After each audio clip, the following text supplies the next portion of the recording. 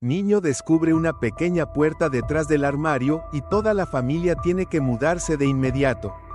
Pablo y Laura, junto con su hijo de 7 años, Hugo, se acababan de mudar hacía 3 días a una antigua casa alquilada en las afueras de Salamanca.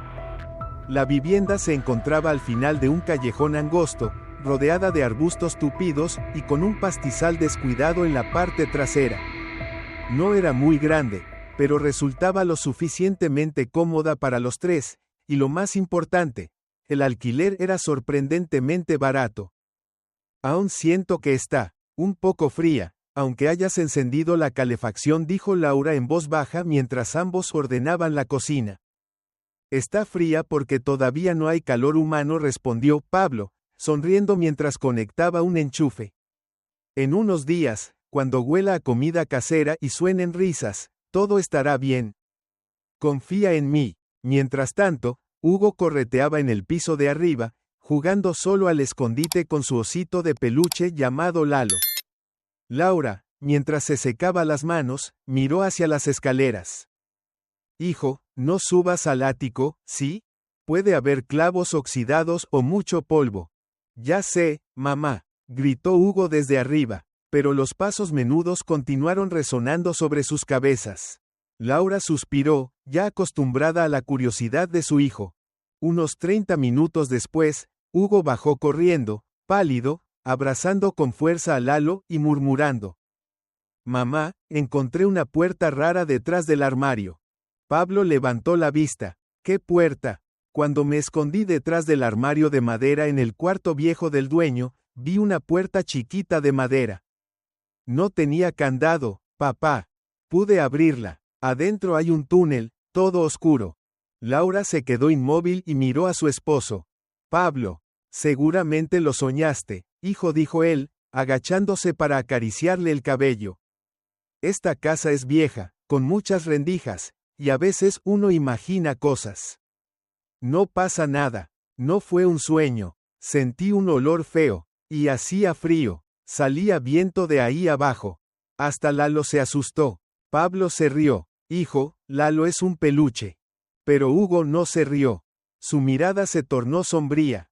Los siguientes 3 días pasaron en un silencio tenso. Hugo se volvió extraño. Ya no contaba historias del colegio ni saltaba emocionado cada vez que Laura horneaba galletas. En lugar de eso, se volvió callado, con la mirada perdida y apagada.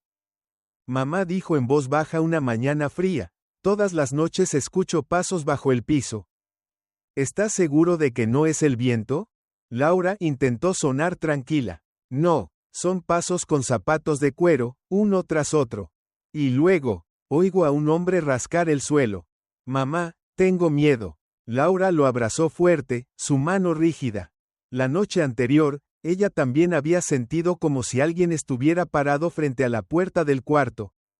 Pero cuando encendió la luz, todo parecía normal. Le contó a Pablo. «Puede que haya ratas», dijo él. «O que Hugo esté obsesionado con lo que dijo el primer día». «No es imaginación, Pablo. Puedo ver cómo ha cambiado. Y yo tampoco puedo dormir. Hay un olor muy raro en el dormitorio, como moho mezclado con sangre». Pablo frunció el ceño. «Está bien, esta noche subiré a revisar detrás del armario.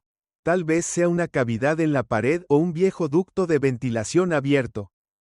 Esa noche, cuando Hugo ya dormía, Pablo subió con una linterna. El armario del que hablaba su hijo estaba contra la pared del tercer dormitorio, que antes era un cuarto de trastos. Era pesado, de madera de nogal, ya oscurecida por los años. Haciendo esfuerzo, Pablo lo empujó. Una nube de polvo se levantó. Laura se cubrió la nariz detrás de él. «¿Hay algo?», preguntó. Pablo apuntó con la linterna. Y sí, había una puerta pequeña de madera. No más grande que la entrada de un cobertizo, sin cerradura visible. El picaporte de bronce estaba oxidado. «Mierda», lo decía en serio, murmuró Pablo. Probó a abrirla. La puerta se deslizó con un chirrido largo, casi como un lamento. Una ráfaga de aire frío brotó de adentro. El pasillo era de ladrillos crudos, bajo y oscuro. Un olor húmedo, rancio y nauseabundo los envolvió, haciendo que Laura tosiera. Debemos llamar a la policía, dijo ella de inmediato. Espera, puede ser solo un ducto antiguo. El dueño tal vez lo olvidó. Pablo, esta casa estuvo vacía casi 2 años. Nadie vivió aquí, y ahora nuestro hijo. Él se quedó callado, respiró hondo. Voy a cerrar esta puerta. No dejaré que Hugo se acerque. Mañana llamamos a alguien para revisar. Laura asintió, pero sus ojos seguían fijos en el túnel. Algo allá dentro. Parecía estar observándolos. Al día siguiente, Hugo tenía fiebre leve. Laura lo dejó en casa y lo llevó al médico. Al regresar, encontró a Pablo hablando con un extraño, un hombre alto, delgado, de cabello entrecano, con abrigo negro y gafas oscuras. Tenía unos papeles en la mano. Hola, soy Esteban Salgado, dijo el hombre con un marcado acento español. Vivo cerca de aquí. Escuché que se mudaron recientemente, así que vine a saludar. Laura entrecerró los ojos. ¿Dónde vive usted? A 3 casas de aquí. Vivo con mi madre, ya no puede moverse. Conocí al dueño anterior, el señor Miguel. Era muy reservado. Pablo miró a su esposa con precaución. ¿Alguna vez entró a esta casa? No, pero vi luces encendidas a medianoche, aunque no había inquilinos. ¿En qué época? Preguntó Laura. Hace unos 6 meses. Nos dijeron que nadie vivía aquí desde hacía 2 años. Esteban se encogió de hombros. La gente suele ocultar cosas. Tengan cuidado, esta casa no es buen lugar para criar a un niño. Y sin más, se dio la vuelta. Pablo lo observó alejarse, luego entró rápidamente y cerró la puerta. ¿No te pareció extraño? Preguntó Laura de inmediato. Muchísimo. Pablo, empiezo a creerle a Hugo. Y creo que estamos viviendo algo que no es normal. Pablo asintió. Voy a investigar sobre el antiguo dueño. Tú, cuida a Hugo. Que no juegue solo en el cuarto. Laura le apretó la mano, preocupada. Esa noche, escucharon un sonido rasposo bajo el suelo. Y Hugo soñó con un hombre sentado en el piso, con uniforme, mirando fijamente el techo y susurrando mi nombre. Pablo, lo volví a oír, susurró Laura pasadas las 3 de la mañana. Encendió la lámpara de noche, atenta. El rasguido, al principio, suave, como si alguien rozara las uñas contra la madera. Luego, más insistente, como si intentara subir desde lo profundo. Laura salió de la cama, abrazada a una chaqueta delgada, temblando. ¿Dónde? Preguntó Pablo, incorporándose. Justo debajo del piso, bajo nuestros pies. Guardaron silencio. El sonido se detuvo. Solo quedó el viento silbando por la rendija de la ventana. Debe ser un ratón, dijo Pablo, pero su voz no sonaba tan convencida. Pablo, un ratón no rasca así. Te juro que ese sonido era humano, alguien usando las uñas. Y el olor, ¿no lo sientes? Es asqueroso. Pablo inhaló hondo. Sí, había un olor como a un animal muerto, olvidado bajo una alcantarilla. A la mañana siguiente, Hugo no quiso desayunar. Se quedó sentado, abrazando a Lalo, con la mirada perdida. Hugo, ¿no te sientes bien? Laura se sentó junto a él. No quiero comer. ¿Volviste a soñar algo anoche?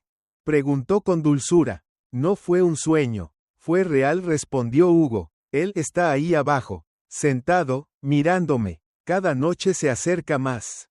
No sé qué quiere, pero está enojado. Lleva una chaqueta azul con un emblema brillante. Tiene sangre en el hombro. Laura quedó paralizada. ¿Una chaqueta, de uniforme? Sí, como de policía, pero vieja, rota. Pablo, desde la puerta, apretó los puños. Lo había oído todo. Esa tarde, luego de llevar a Hugo al colegio, Pablo decidió mover completamente el armario. La puerta de madera seguía ahí, pero esta vez notó algo nuevo. Huellas sucias en el suelo de madera con barro y manchas negras extrañas. ¿Viste esto la otra vez? Preguntó a Laura. Ella negó con la cabeza. No, son nuevas. Clarísimas. Se miraron fijamente. Ve por el celular. Toma fotos, dijo Pablo. Se agachó y abrió la puerta con cuidado. La linterna iluminó el túnel angosto, ladrillos húmedos, techo tan bajo que un adulto debía arrastrarse. Al fondo, algo acababa de moverse. ¿Viste eso? Laura retrocedió. No estoy seguro, pero este túnel claramente ha sido usado recientemente. Pablo, tengo miedo. Esta casa ya no es segura. Tenemos que saber qué está pasando. ¿Qué quieres decir? Llama a la policía, o contrata a alguien para romper el piso de esta casa. ¿Y les decimos que un fantasma con uniforme de policía amenaza a nuestro hijo? Pablo guardó silencio. Necesitamos pruebas. Algo concreto. Laura asintió, pero esa misma noche, empezó a poner alarmas cada 2 horas para revisar el cuarto de Hugo. 2 días después, mientras lavaba ropa, Laura percibió un olor extraño cerca de la escalera. Era distinto al típico olor a humedad más intenso, con un dejo metálico, como a óxido, y algo más, algo muerto. Siguió el rastro del olor. Al pasar por el tercer dormitorio, se hizo más fuerte. Abrió la puerta. Hugo estaba sentado solo en una esquina, dibujando con trazos erráticos. Hugo, ¿qué haces aquí? El niño levantó la vista, con los ojos vacíos. Estoy dibujándolo a él. Laura se acercó y miró el dibujo. Un hombre estaba sentado en el suelo, la cabeza inclinada hacia un lado, los ojos negros como pozos profundos. En el pecho llevaba una insignia, pero estaba tachada con tinta negra. Detrás, un túnel oscuro, con manchas de sangre. ¿Qué lo viste hacer? Me miraba, y se reía, pero no era una risa feliz. Era horrible. Laura abrazó a su hijo, las manos temblorosas. Hugo, desde ahora no entras más en este cuarto. Lo voy a cerrar con llave. ¿Me lo prometes? El niño no respondió, pero apoyó la cabeza en el hombro de su madre, como si también quisiera escapar de esa oscuridad. Esa noche, cuando Pablo regresó del trabajo, Laura le contó todo. Él escuchó en silencio y luego dijo: llamé a un técnico en estructuras, don Santiago. Es español, vive aquí hace mucho. Tiene experiencia revisando casas viejas. Viene mañana. Laura asintió. Tenemos que hacer algo antes de que Hugo salga más herido. A la mañana siguiente, llegó Santiago, un hombre bajo, con barba espesa, voz pausada y tranquila. ¿Es aquí?, preguntó al ver el cuarto. Pablo le señaló la pequeña puerta de madera detrás del armario. Detrás de eso hay un túnel. ¿Puede ver a dónde conduce? Santiago frunció el ceño y se acercó. He visto casas así. En Salamanca hay muchas con sótanos de la época de la Guerra Civil. Pero ¿por qué hay señales recientes de uso? A veces los sin techo o delincuentes usan estos lugares para esconderse. Hace unos años, la policía encontró a un prófugo viviendo en una bodega abandonada. Laura palideció. ¿Quiere decir que alguien podría estar ahí abajo? No lo sé, pero no bajen ustedes solos. Mañana traeré equipo para hacer una inspección adecuada. Pablo le agradeció. Al irse, Santiago se detuvo un momento a mirar el cuarto. Hay algo raro aquí, murmuró. Se siente como si alguien aún no se hubiera ido. Esa noche, Hugo volvió a gritar. Laura corrió a su cuarto y lo encontró envuelto en la cobija, empapado en sudor. Salió del túnel, mamá. Se arrastró hasta el borde del armario. Tenía los ojos rojos, la boca llena de sangre. Y me dijo: fuera de mi casa. Laura sintió que le faltaba el aire. Lo abrazó con fuerza, intentando calmarlo. Todo está bien, hijo. Mamá está aquí. Nadie te va a hacer daño. No, mamá, me odia. Él sabe que lo vi. Pablo entró en la habitación, la mirada borrosa. No dejaremos que nadie dañe a Hugo. Mañana, llamo a la policía. Laura asintió, pero sabía en el fondo que ni siquiera la policía podría ayudar, si no tenían pruebas. Y el que amenazaba a su hijo, tal vez ni siquiera era humano. La noche cayó, envolviendo la casa en un gris helado. Laura llevó a Hugo a dormir a casa de una antigua amiga, Beatriz, una enfermera jubilada que vivía a 2 calles. Se conocieron en la universidad. Aunque no se veían desde hacía años, cuando Laura llamó, Beatriz solo dijo: tráelo de inmediato. Tengo un presentimiento. Pablo, por su parte, decidió hacer lo que debió haber hecho antes. Cuando Laura se durmió, tomó una linterna, guantes, y abrió la pequeña puerta detrás del armario para entrar al túnel. El aire dentro era frío y húmedo. El hedor era tan intenso que le hizo toser. El techo era tan bajo que tuvo que arrastrarse. El suelo de ladrillo resbalaba por el moho. La luz de la linterna iluminó una pequeña cavidad al final del pasaje. Avanzó con cautela. Era un espacio justo para que una persona se sentara. El suelo era de tierra mezclada con ladrillos. En una esquina, había un saco gris viejo, al lado de una caja metálica oxidada. Pablo la arrastró. Era pesada. El candado ya estaba forzado. Dentro, una bolsa plástica con documentos viejos, un USB negro, varias cajas de fósforos y papeles sueltos. Pablo abrió la bolsa plástica.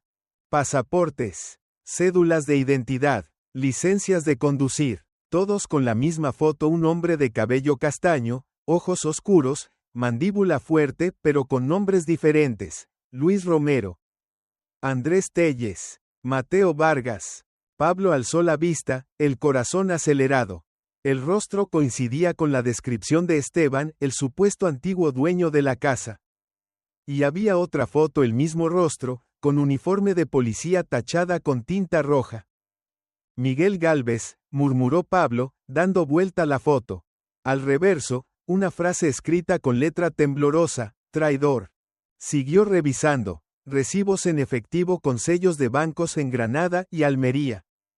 Montos grandes, sin justificación clara. Y por último, el USB. Pablo lo metió en el bolsillo y se puso de pie. Miró alrededor. Esa cavidad parecía haber sido usada como escondite. Había hollín en la pared, una vela apagada, y una mancha de sangre seca en el suelo.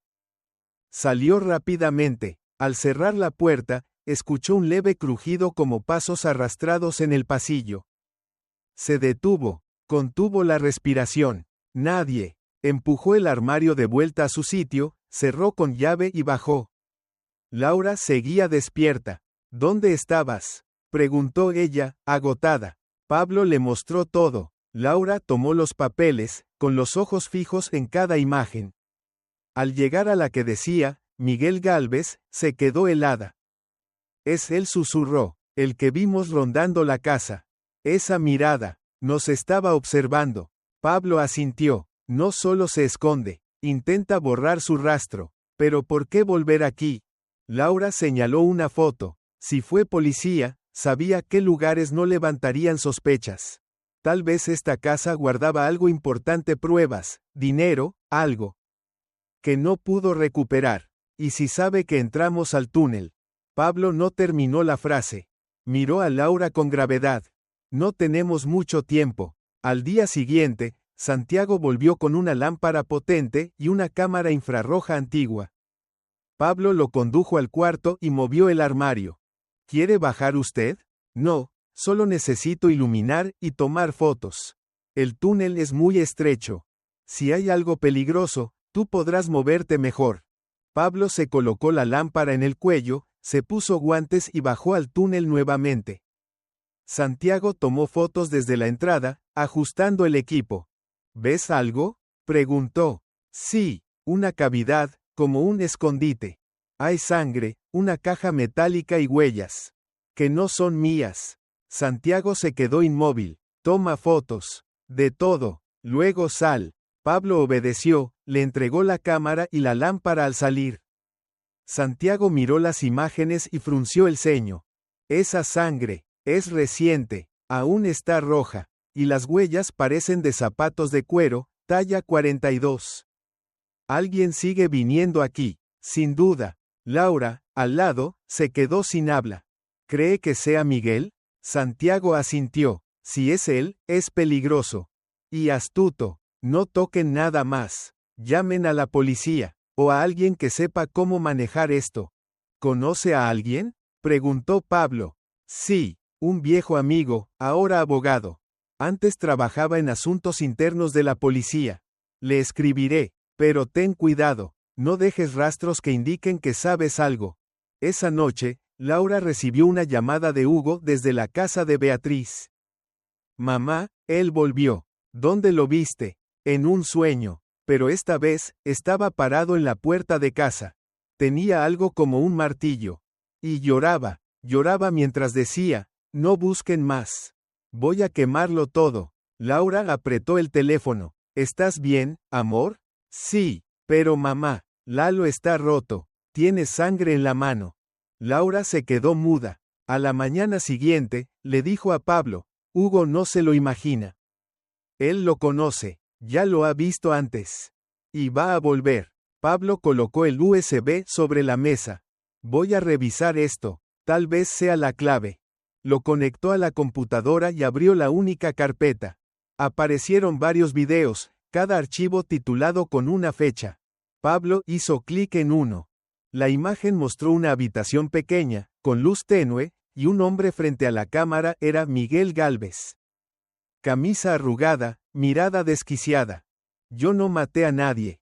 Lo armaron todo. Querían quedarse con el dinero que saqué de la operación en Palencia. Solo lo guardaba por el equipo. Mataron a mis compañeros y me culparon a mí. Laura se tapó la boca. Si alguien encuentra este video, por favor, no crean en los medios. Estoy escondido, pero volveré para recuperar mi honor. Sé quién me está siguiendo. El video se cortó bruscamente por una interferencia. Dios mío, murmuró Pablo. Laura temblaba. Lo traicionaron. Y ahora, se volvió loco. Pablo asintió. Y cree que todo lo que hacemos es una amenaza. Va a atacar. Tenemos que saber exactamente quién es Miguel Gálvez, dijo Pablo, sin apartar la vista de la pantalla del computador. No podemos basarnos solo en unos cuantos videos. Laura asintió, aunque le temblaban las manos. Dijiste que don Santiago logró contactar a alguien en el ministerio, ¿no?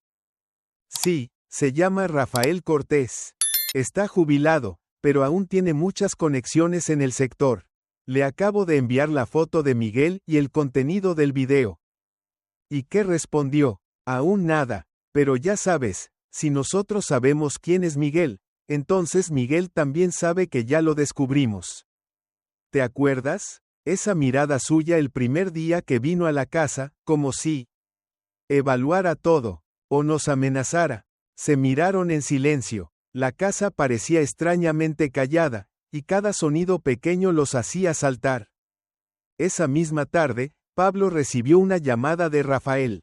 Ya vi el video, dijo una voz ronca de hombre mayor. Y tienes razón, el hombre en el video es Miguel Gálvez, ex subinspector del distrito de Palencia. Desapareció hace 2 años durante una investigación interna. ¿Por qué motivo? Corrupción, respondió Rafael con franqueza. Pero el caso se detuvo repentinamente. Se perdieron varios archivos, y algunos testigos murieron en circunstancias sospechosas. La última persona que lo vio fue el capitán al mando. Ese hombre murió en un accidente de tráfico 3 días después de presentar una denuncia. Pablo apretó el teléfono. ¿Cree que él era inocente? Creo que sabía demasiado. Y cuando intentó hablar, lo quisieron eliminar, pero sobrevivió. Desde entonces, es un prófugo. ¿Pero por qué volver aquí? ¿Esta casa? Puede que sea el único lugar donde aún siente que tiene control. O tal vez aquí escondió pruebas importantes. ¿Es peligroso? Rafael guardó silencio unos segundos, y luego dijo, extremadamente peligroso. No solo porque está acorralado, sino porque está entrenado. Ten cuidado, Pablo, él no mata solo por defensa propia. Después de la llamada, Laura preguntó, ¿crees que todavía esté cerca? Es probable que nos esté vigilando. Voy a revisar las cámaras de seguridad del vecindario. Laura reflexionó, y Hugo, sigue soñando con él todas las noches. Pero nunca ha intentado hacerle daño directamente. Todavía no, pero su mente se está desmoronando. Pablo rodeó a su esposa con los brazos. Te prometo que los protegeré a ti y a nuestro hijo. Pase lo que pase. Esa noche, Laura no pudo dormir. Cerca de las 3 de la mañana, el viento silbaba entre las rendijas de la puerta, pero esta vez, mezclado con jadeos, como si un hombre respirara con dificultad. Se levantó de golpe, abrió la puerta del cuarto y caminó lentamente por el pasillo. La luz del pasillo parpadeó un momento y luego se apagó por completo. Laura se quedó congelada, con un escalofrío recorriéndole la espalda. De repente, se escucharon arañazos, esta vez fuertes y frenéticos. Ya no eran ratas, eran uñas humanas rasguñando desesperadamente la madera. Gritó. Pablo subió corriendo desde el primer piso y encendió todas las luces. Pero el ruido ya había cesado. «¿Lo oíste, verdad?», dijo Laura con voz temblorosa. Sí, muy claro. Provenía del piso debajo del cuarto de Hugo. A la mañana siguiente, decidieron llevar a Hugo con una psicóloga infantil, una mujer llamada Isabel Herrero, muy reconocida en la zona. Después de una hora de conversación, la doctora Herrero salió y dijo en voz baja: Hugo muestra signos de trastorno de ansiedad postraumática. Pero lo importante es el contenido de lo que relata. No es absurdo, tiene lógica, y se repite de forma consistente. ¿Quiere decir que, no lo está imaginando?, preguntó Laura. No del todo. Los niños suelen percibir lo que los adultos ignoran. El pequeño siente una presencia, algo que nuestra mente intenta negar. Pablo intervino. ¿Usted cree que es qué exactamente? Podría ser una sombra reprimida dentro de la misma casa. O podría ser Miguel, si en verdad vivió allí. ¿Puede ayudarlo? Haré lo posible. Pero si la casa sigue igual, Hugo no se va a recuperar. Al volver a casa, Pablo recibió un correo de Rafael. Encontré la antigua dirección registrada de Miguel, coincide con la casa que ustedes están alquilando. Es posible que haya usado un nombre falso o haya contratado a alguien más para figurar como propietario. Máxima precaución. Estoy enviando los archivos por correo postal. Adjunto venía un archivo con fotos del expediente original. Laura lo miró. Dios mío. El nombre del arrendatario es Andrés Telles. Y es uno de los alias que aparecían en esos documentos falsos. Pablo asintió, el rostro tenso. Estamos viviendo en la casa de un fugitivo.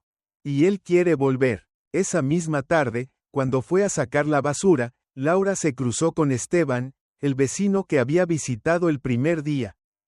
¿Aún viven aquí?, preguntó Esteban, alzando una ceja. No nos hemos ido, respondió ella. ¿Y han escuchado algo por las noches? ¿Por qué lo pregunta? Porque oí pasos a las 2 de la mañana. Desde la dirección de su casa. Estoy seguro de que no eran ratas. Y anteayer, alguien estuvo parado frente a mi portón, con un abrigo largo y gorro. Cuando encendí la luz, salió corriendo. Laura se puso rígida. ¿Pudo ver su cara? No, pero era alto, de hombros anchos. Como, el tipo que vivía aquí antes. Miguel, ¿lo conocía? De vista, pero no era alguien con quien uno quisiera meterse. Laura le dio las gracias y volvió a casa para contarle a Pablo. Esteban lo vio, muy cerca, dijo. Y si está merodeando, entonces no es solo vigilancia. Está a punto de actuar. Esa noche, en la sala, Laura hojeaba los dibujos recientes de Hugo.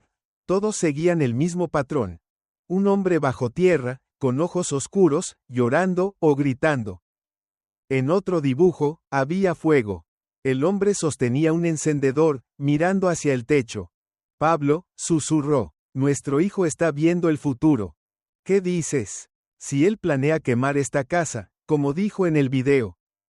No va a dejar sobrevivientes. Pablo tomó el dibujo, con el corazón encogido. Los trazos de Hugo no parecían de un niño de 7 años. Eran advertencias, desesperadas y perturbadoras. Se levantó, con los puños cerrados. No podemos quedarnos sentados. Hay que prepararse. Hay que encontrar dónde se esconde. Antes de que sea tarde. A la mañana siguiente, bajo una llovizna suave, Pablo y Laura acababan de desayunar cuando sonó el timbre. Hugo aún estaba en casa de Beatriz, así que ambos se sobresaltaron al oír el timbre sonar insistentemente. Laura miró la pantalla de la cámara del portón. Un hombre con impermeable sostenía un portafolio. En su manga había un pequeño logo de una inmobiliaria. Pablo, es él, exclamó, el corazón acelerado. Pablo se acercó, miró la pantalla. Aunque llevaba gorra y mascarilla, esos ojos no podían confundirse, fríos, agudos y calculadores. Veamos qué quiere haciendo que se quede ahí, dijo Pablo. Pero Miguel volvió a tocar el timbre. Una vez. Y otra vez. Finalmente, Pablo respiró hondo y abrió el portón. El hombre entró con una actitud profesional. Al llegar al porche, se quitó la mascarilla y sonrió. Buenos días. Soy Miguel, perdón, actualmente Mario Jiménez, representante de la inmobiliaria Gracia. Fui enviado para revisar el techo y el sistema de impermeabilización, ya que el antiguo propietario reportó posibles filtraciones. Laura se puso tensa. Nosotros no hicimos ningún reporte. Pero el dueño sí. Ellos piden revisiones periódicas porque esta casa está registrada en el programa de mantenimiento trimestral. Pablo asintió levemente. ¿Tiene algún documento de respaldo? Miguel le entregó un portafolio. Dentro había un contrato de reparación y una copia de una autorización firmada por alguien llamado Luis Romero. Pablo le echó un vistazo y dijo con calma: tenemos un niño pequeño en casa, no es buen momento para recibir visitas. Mejor regrese otro día, o deje sus datos, llamaré a confirmar con la oficina. Miguel sonrió con desdén. Por supuesto, solo sigo el protocolo. Al fin y al cabo, esta casa es especial, ¿no cree? Esa frase final fue como un cuchillo helado en el aire. Dio media vuelta y caminó despacio por el césped. Pero antes de salir por el portón, se detuvo y giró la cabeza. Que tengan un buen día. Y cuidado con lo que hay debajo. Esta tierra suele moverse. El portón se cerró de golpe. Laura comenzó a temblar. Pablo, él lo sabe. Nos está advirtiendo. Sabe que ya entramos al sótano. Pablo asintió, la mirada sombría. Y no vino a revisar el techo. Vino a dar un mensaje. Eje vuelto. Esa tarde, recibieron una llamada del señor Santiago. Acabo de hablar con la agente inmobiliaria que gestionó esa casa antes. Se llama Dolores Núñez. Me dijo que conoció a un hombre con documentos válidos a nombre de Luis Romero, aproximadamente 1.80 de estatura, cabello castaño, ojos profundos, idéntico a Miguel. Entonces usó una identidad falsa para rentar su propia casa. O pagó a alguien para hacerlo por él. De cualquier forma, ese nombre no figura en el registro fiscal de propiedad. ¿Cree que regresó por qué motivo? Definitivamente por algo importante. Puede ser dinero, puede ser un archivo. Y si tú ya encontraste esa USB, él no se va a detener. Laura intervino. ¿Qué debemos hacer ahora? Instalen más cerraduras, pongan cámaras ocultas. Bajo ninguna circunstancia se queden solos en casa por la noche. Pasaré mañana por la tarde. Esa noche, Laura no logró dormir. No apartaba los ojos de la pantalla del sistema de cámaras, que mostraban el frente y la parte trasera de la casa. A las 2:14 de la mañana de la madrugada, apareció una figura. No se le veía el rostro, pero su altura, su manera de caminar eran inconfundibles. Pablo, susurró. Él se levantó de golpe y miró la pantalla. Miguel estaba parado justo en la esquina del jardín trasero, cerca de la entrada al sótano. No hacía nada, solo estaba allí observando fijamente. No hagas nada impulsivo, murmuró Pablo, con la mano apretada sobre el control de la alarma. Pero después de 5 minutos, Miguel se dio la vuelta y se perdió en la oscuridad. ¿Cómo entró?, susurró Laura. Pudo haber escalado la reja. Oh, ya estaba aquí desde antes. La frase le heló la sangre. A la mañana siguiente, llevaron a Hugo de nuevo con la doctora. Luego lo dejaron en casa de Beatriz por algunos días. En el auto, Hugo murmuró: Mamá, anoche él ya no hablaba.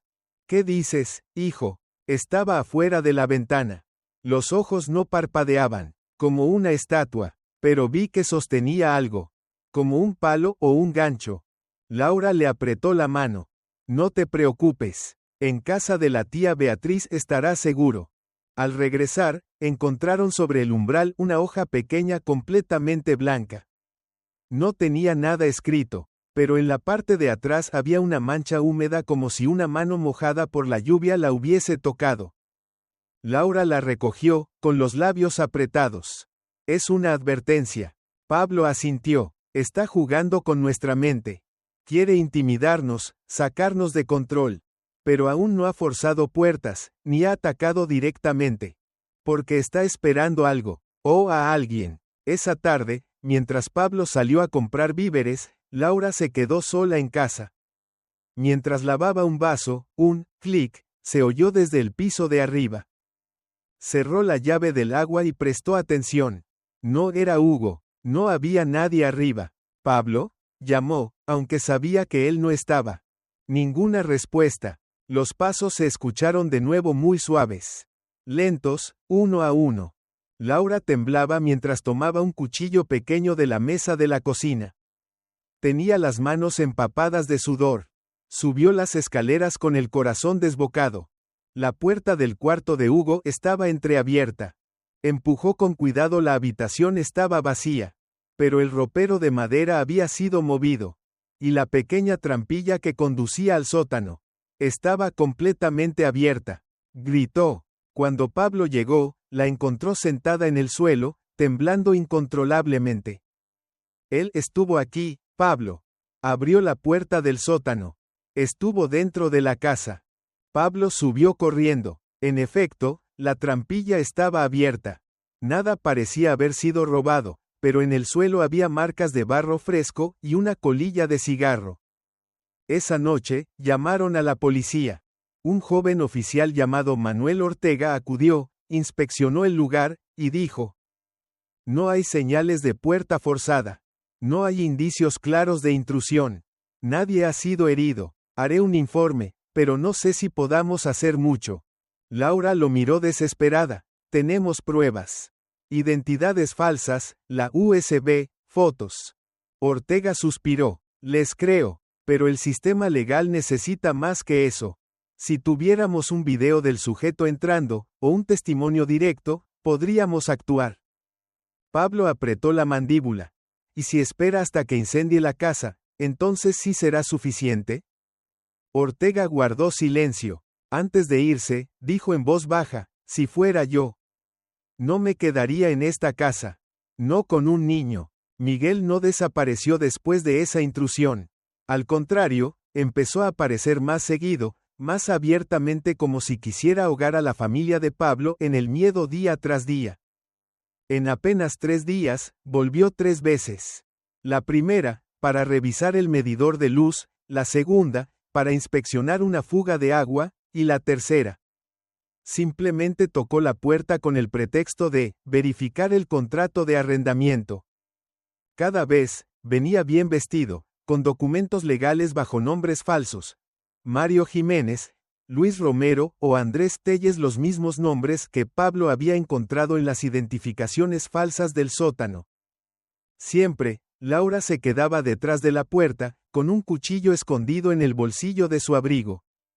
Y Pablo hablaba con él con una calma escalofriante, aunque sus manos temblaban bajo la manga.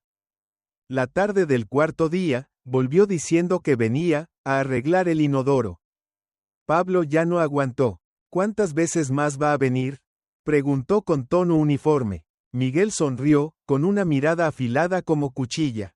Hasta que el sistema funcione perfectamente. Usted no es técnico. Y usted no es juez. Pero sé quién es usted.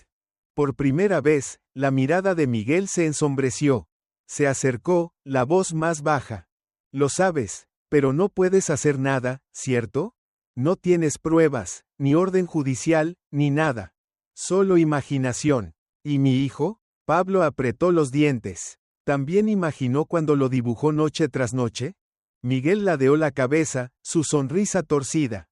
Los niños tienen mucha fantasía. Y se dio la vuelta, dejando un silencio mortal detrás. Esa misma noche, Laura decidió enviar a Hugo con su madre en León. Beatriz también estuvo de acuerdo. El niño necesita salir de ahí, dijo por teléfono. Está dibujando cosas realmente extrañas. Y su mirada, Laura, como si ya no creyera en los adultos. Lo sé, respondió Laura con la voz quebrada. Pero no puedo irme ahora. Tengo que enfrentar esto. Esa noche, con Hugo lejos, la casa se sintió extrañamente vacía. Laura bajó a la cocina y notó que la puerta del refrigerador estaba entreabierta. Recordaba claramente haberla cerrado. Dentro, la botella de leche estaba inclinada, y un vaso de cristal fuera de su sitio. Pablo, murmuró. Él bajó corriendo desde arriba. ¿Qué pasa? Ella señaló el refrigerador. ¿Tú lo abriste? No. Laura le apretó la mano. Alguien entró. Pablo corrió a revisar todas las puertas, pero no encontró ninguna forzada. Sin embargo, en la parte trasera de la casa donde se accedía al sótano había una nueva mancha de barro. Un poco de tierra pegada al picaporte. Tiene una copia de la llave, dijo Pablo. O hizo una. No podemos seguir aquí, Pablo. No, tú vete a León con Hugo. Yo me quedo. No voy a dejar que siga controlando todo. Si él busca algo en esta casa, yo lo encontraré primero. Al día siguiente, el señor Santiago llegó como prometió. Trajo con él a una mujer de poco más de 40 años llamada Daniela Morales, exagente de una unidad especial contra delitos financieros. Su voz era firme, sin espacio para dudas. Ya revisé los documentos, dijo tras ver las fotos. Miguel Gálvez estuvo implicado en un caso de lavado de dinero. Es posible que haya ocultado algo aquí y no alcanzó a recuperarlo. ¿Y ahora volvió para hacerlo a toda costa? Preguntó Laura. Exacto. Puede ser una segunda USB, dinero en efectivo, o una libreta de anotaciones. Pero si él descubre que ustedes encontraron el sótano, ¿no dudará en actuar? Pablo preguntó. ¿Qué debemos hacer? No dejen que sepa que están investigando. Actúen como víctimas asustadas. Yo voy a instalar una cámara infrarroja camuflada en el dormitorio, cerca del ropero. Necesitamos que repita su comportamiento. Y Hugo, no debe regresar hasta que tengamos pruebas suficientes para detenerlo. Esa noche, Laura empacó sus cosas para irse. Antes de subir al auto, abrazó a su esposo con fuerza. ¿Estás seguro? Pablo asintió. Hay que terminar con esto. Me da miedo por ti. Él no es una persona común. Lo sé, pero al menos, ya mostró su rostro. Mejor eso que un enemigo en la sombra. Laura subió al coche, con los ojos llenos de lágrimas. Llámame cada noche. Si no, regresaré. Pablo sonrió. Te lo prometo. La primera noche solo en la casa, Pablo no pudo dormir. Se quedó en la sala, con los ojos fijos en la pantalla que mostraba la cámara oculta. Cerca de las 2 de la mañana, una imagen borrosa apareció. Una silueta cruzó el dormitorio. El corazón de Pablo se paralizó. No se abrió ninguna puerta. No hubo ningún ruido, pero claramente, una sombra había pasado. Activó de inmediato el modo de grabación. El hombre, nadie más que Miguel, caminó directo hacia el ropero, se agachó junto al suelo. Pero entonces, se detuvo, giró la cabeza y miró directamente a la cámara. Su mirada era gélida, como si desde el inicio hubiera sabido que lo estaban observando. Luego, levantó la mano, se llevó el dedo índice a los labios, hizo una seña de «su» y desapareció. A la mañana siguiente, Pablo envió el video a Daniela. Ella lo llamó apenas 10 minutos después. Ya lo revisamos. Él sabía que había una cámara. Pero no se tapó la cara, eso significa que quería que lo viéramos. Aquí es donde empieza el juego. Entonces, ¿qué debemos hacer? Esperar a que cometa un error. Y mantener la calma, por encima de todo. Pablo colgó, y miró alrededor de la casa. Todo ahora era un campo de batalla psicológica donde el cazador usaba ropa formal, pasos silenciosos, y sabía exactamente cómo hacer que la presa se quebrara.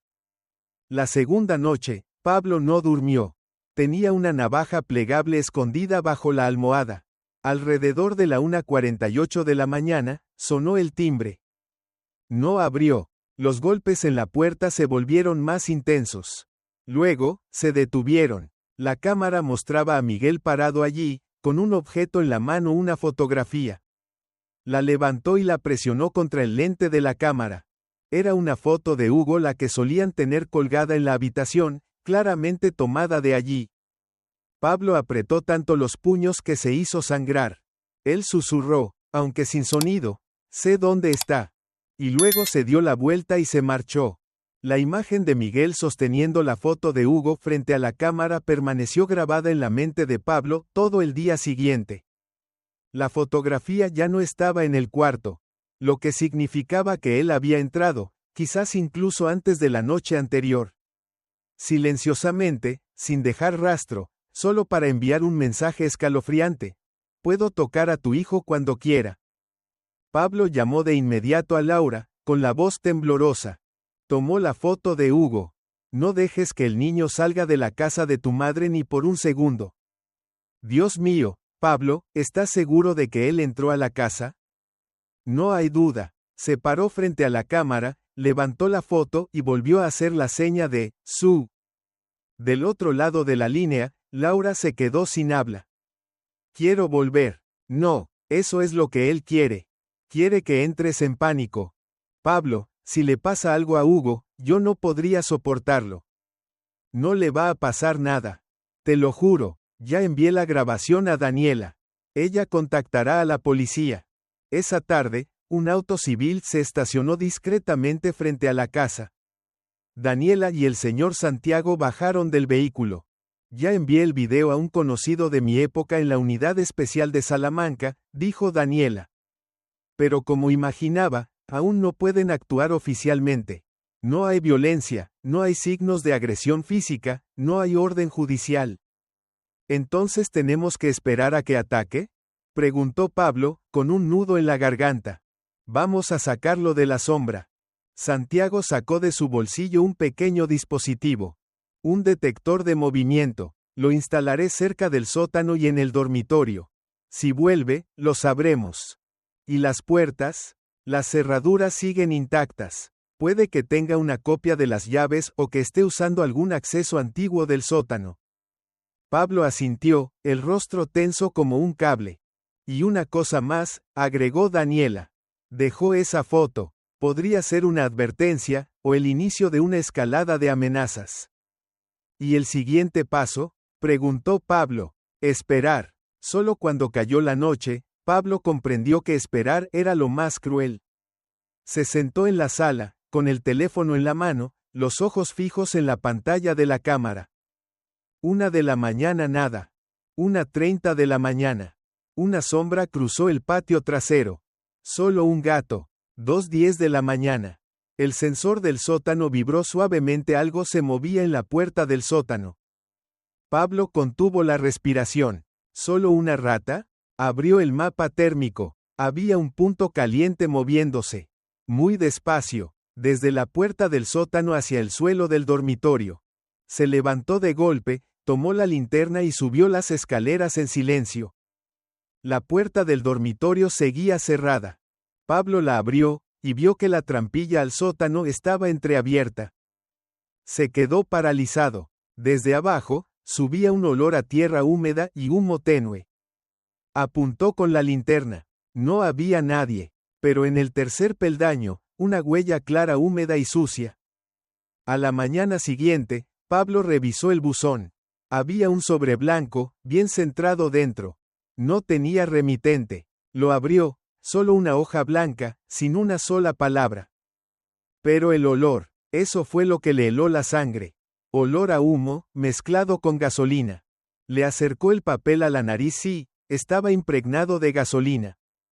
Justo entonces, Laura llamó. Beatriz dice que esta mañana alguien se paró frente a la casa.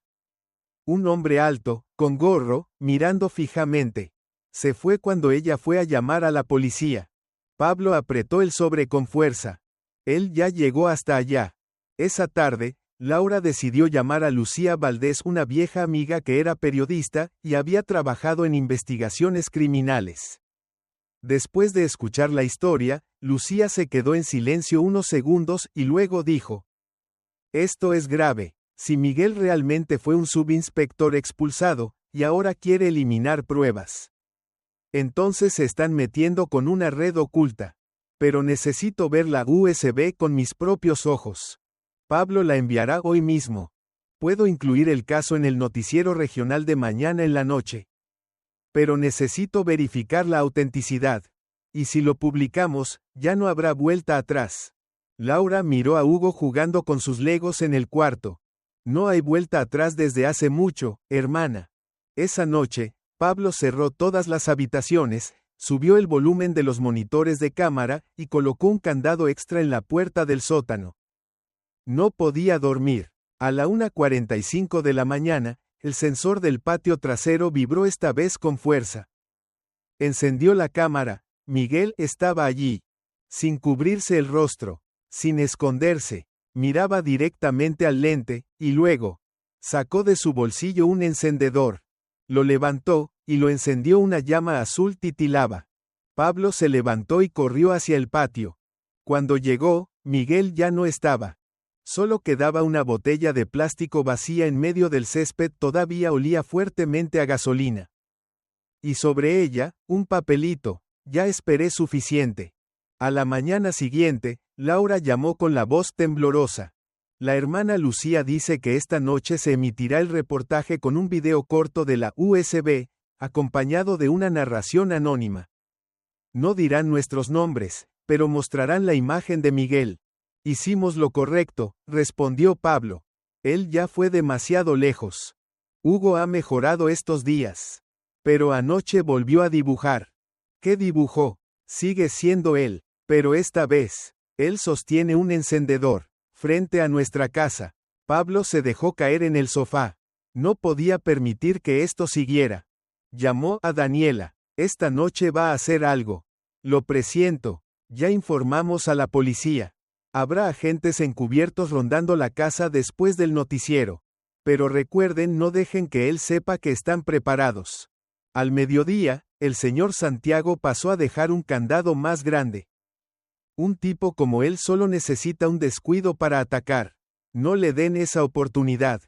Pablo asintió. Mañana traeré un nuevo detector de frecuencias. Puede captar señales de dispositivos móviles en esta zona. Gracias. No sé cómo podré agradecerle todo esto. Santiago negó con la cabeza. No es por gratitud. Es porque vi su mirada hace 2 años, cuando desapareció. Supe entonces que no se había perdido, sino que estaba preparándose para volver. Esa noche, la ciudad de Salamanca se sumió en el frío cortante de noviembre. Una llovizna fina caía como un velo gris. Pablo estaba sentado en la sala, con los ojos clavados en la pantalla del portátil, donde el canal local se preparaba para emitir un reportaje especial. La verdad oculta. Miguel Gálvez, subinspector o fugitivo. Laura llamó desde León. ¿Estás viendo? Estoy esperando. Lucía dijo que el reportaje empieza exactamente a las 8. El niño ya duerme, pero no me atrevo a apagar la luz. No puedo creer que tengamos que vivir así. Pablo suavizó la voz. Este será el primer paso. Después de hoy, él ya no podrá esconderse. A las 8 en punto, comenzó el noticiero. La pantalla mostró el rostro serio de la presentadora. Buenas noches. En los últimos días, esta emisora ha recibido un video anónimo que denuncia a un individuo presuntamente identificado como Miguel Gálvez, quien ocupó el cargo de subinspector de policía en Palencia, y que actualmente estaría usando una identidad falsa mientras vive fuera de la ley. Este video fue extraído de una memoria USB oculta y, tras ser verificado con fuentes internas, hemos decidido hacerlo público. Pablo contuvo el aliento. Laura, al otro lado del teléfono, guardó silencio. La pantalla mostró el clip. La imagen de Miguel sentado en una habitación oscura, su rostro demacrado, la mirada tensa. Los mataron. No fui yo. Yo guardé el dinero para devolverlo. Pero me tendieron una trampa. Montaron la escena. Si alguien encuentra este video, por favor. El video se detuvo. La presentadora continuó. Esta imagen ha sido comparada con los archivos de Miguel Gálvez desaparecido desde el año 2023. Fuentes indican que fue investigado por lavado de dinero y podría estar vinculado con la muerte de 2 colegas en la policía. Actualmente, la policía ha reabierto el caso. Laura rompió en llanto al teléfono. Lo hicieron, lo pasaron en televisión, nadie podrá ocultarlo más. Ganamos una batalla, susurró Pablo. Ahora solo hay que esperar a que él se muestre. Menos de una hora después del reportaje, Daniela llamó. Pablo, él no dejará pasar esto. Ya hemos desplegado 2 agentes encubiertos cerca de tu casa. No salgas de ahí hasta mañana. ¿Crees que hará algo imprudente? Sin duda, lo han acorralado. Y alguien como Miguel. Cuanto más acorralado, más peligroso. Pablo cerró todas las puertas. La entrada al sótano fue asegurada con una barra de acero cruzada. Las cámaras seguían activas. Tenía el teléfono en la mano y una navaja escondida tras el sofá. Cada minuto se sentía eterno. 1:10 de la mañana de la madrugada. La cámara del frente se activó. Una figura se acercaba. Pablo se agachó para mirar la pantalla. Era Miguel. Ya no vestía elegante, ni sonreía con falsa cortesía. Llevaba una capucha y en la mano, un gran bidón de plástico. «Trae gasolina», murmuró Pablo, llamando a Daniela de inmediato. «Está aquí, tiene gasolina. Puede intentar quemar todo. Ya lo sabemos. El equipo especial va en camino». Afuera, Miguel roció gasolina por todo el camino de entrada, luego se sentó en el umbral, como si esperara. Pablo lo observaba con las manos temblorosas. Su rostro era una máscara fría. A veces levantaba la mirada, directamente hacia la cámara, como esperando el sonido de una sirena. «Sal», murmuró Miguel, «sal, sé que estás mirando». El sonido de una sirena se escuchó a lo lejos. Miguel se levantó de golpe, intentó verter el resto de gasolina cerca de la ventana. 2 policías vestidos de civil salieron corriendo desde la cerca. «Policía, quieto». Miguel se giró, pero no huyó. Sacó un encendedor, lo prendió y alzó la mano. «Los quemaré a todos», gritó, «me llevaré a todos conmigo». Se escuchó una pequeña explosión no del encendedor, sino desde atrás. Miguel se volteó y fue derribado por uno de los policías, que lo empujó contra el suelo. El bidón cayó, el encendedor voló de su mano. Él pataleaba, gritando, «Me traicionaron, asesinaron a mis compañeros». 4 agentes más llegaron desde el patrullero, lo inmovilizaron. Uno le puso las esposas, otro recogió la gasolina y el encendedor. Miguel fue levantado, con el cabello húmedo y los ojos rojos como brasas. Pablo lo observó desde la ventana del segundo piso, con lágrimas en los ojos. No por compasión, sino porque, al fin, la pesadilla había terminado. Al amanecer, la noticia se propagó por toda Salamanca.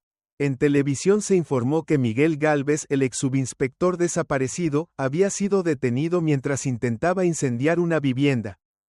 Lucía llamó a Laura. «Ya está a salvo. Acabo de recibir confirmación. La policía de Salamanca y Palencia reabrirán toda la investigación del caso de hace 2 años». Laura suspiró de alivio. «¿Fuiste tú quien nos salvó?» «No, fueron ustedes 2 quienes tuvieron el valor. Gente como él solo existe cuando los demás callan». Beatriz también llamó, emocionada. «La policía vino a casa para confirmar. Dicen que Miguel será trasladado a Palencia hoy mismo. Hugo ya no tiene de qué preocuparse». Laura apretó el teléfono. «Regresaremos esta tarde». Pablo, mientras tanto, estaba sentado con Daniela y Santiago en el café de la esquina. Los 3 guardaron silencio largo rato, hasta que Santiago habló. «Creí que conocía a las personas. Pero él, va más allá de cualquier lógica». Daniela asintió suavemente. «No está loco, solo no acepta perder, y cuando se ve sin salida, elige la violencia para sostener su honor ficticio». Pablo dio un sorbo a su café amargo y dijo lentamente: «Pero esta vez no pudo. Ya no puede lastimar a nadie más». Daniela sonrió levemente. «Porque tú no te rendiste. Te mantuviste firme cuando todo quería hundirte». Pablo miró el cielo gris que comenzaba a despejarse. El sol asomaba tímidamente entre las nubes. Ahora solo queda esperar a que Hugo vuelva a casa. Una semana después de la captura de Miguel, el ambiente en casa de Pablo y Laura era completamente diferente. Ya no había olor a gasolina, ni sombras merodeando ni miradas hinchantes. La casa había sido limpiada, se reemplazaron los pisos de madera, se cambiaron todas las cerraduras. Pero lo más importante, el miedo ya no habitaba en sus ojos. Laura y Hugo regresaron el lunes por la mañana. Hugo iba en el asiento trasero, abrazando a Lalo. Su rostro ya no cargaba tanta sombra. Volvía a tener algo de esa luz infantil. Cuando Pablo salió a recibirlos, el niño corrió a abrazarlo con fuerza. Te extrañé muchísimo, papá. Yo también, mi amor. Muchísimo. Los tres se abrazaron largo tiempo frente al umbral, el mismo que, solo una semana antes, había sido escenario del terror. Esa noche, con Hugo dormido en su nueva habitación en el piso de arriba, lejos del antiguo sótano, Laura se sentó a la mesa, tomando una taza de té de jengibre, mirando a su esposo. A veces siento que todo fue un mal sueño. Una pesadilla, dijo Pablo. Y ya despertamos. ¿De verdad crees que estamos seguros? Sí, Miguel fue trasladado a Palencia. Está en una celda aislada. Rafael me llamó esta tarde. Encontraron pruebas que lo vinculan a una red de lavado de dinero. Los archivos del USB coinciden con un caso que había sido archivado. La policía reabrió oficialmente la investigación. ¿Entonces pagará por todo? Pablo asintió, por lo que hizo, y por todo lo que nos hizo vivir. Laura le tomó la mano. ¿Hugo estará bien? Vamos a ayudarlo. Poco a poco. 3 semanas después, Pablo recibió un correo de la cadena de televisión de Salamanca. La periodista Lucía Valdés proponía hacer una entrevista privada con su familia sin mostrar nombres ni rostros, solo contando su experiencia y alertando a otros inquilinos sobre señales de peligro. Laura aceptó. Creo que debemos hablar. Hay más personas como Miguel allá afuera. Y también más familias como la nuestra. Si guardamos silencio, el mal seguirá viviendo en la oscuridad. La entrevista se emitió en horario estelar del sábado. En ella, la voz de Laura sonaba suave pero firme. Al principio pensé que eran ruidos imaginarios. Pero el instinto de madre nunca se equivoca. Cuando vi que mi hijo cambiaba, supe que algo pasaba. Y cuando descubrimos la puerta en el suelo, entendí que no podíamos ignorarlo. Desde toda España, los televidentes respondieron positivamente. Muchos compartieron experiencias similares sobre casas viejas con señales extrañas, inquilinos misteriosos, cosas que no podían explicarse. Un grupo de investigadores independientes incluso abrió una sección en redes sociales, llamándola Los sótanos sin nombre. Una tarde, Rafael Cortés, quien los había ayudado desde el principio, apareció de sorpresa en la casa. El hombre mayor seguía con su aspecto austero, pero sus ojos ahora eran más cálidos. Capturamos a 2 personas más implicadas en el caso original. Miguel no escapará esta vez.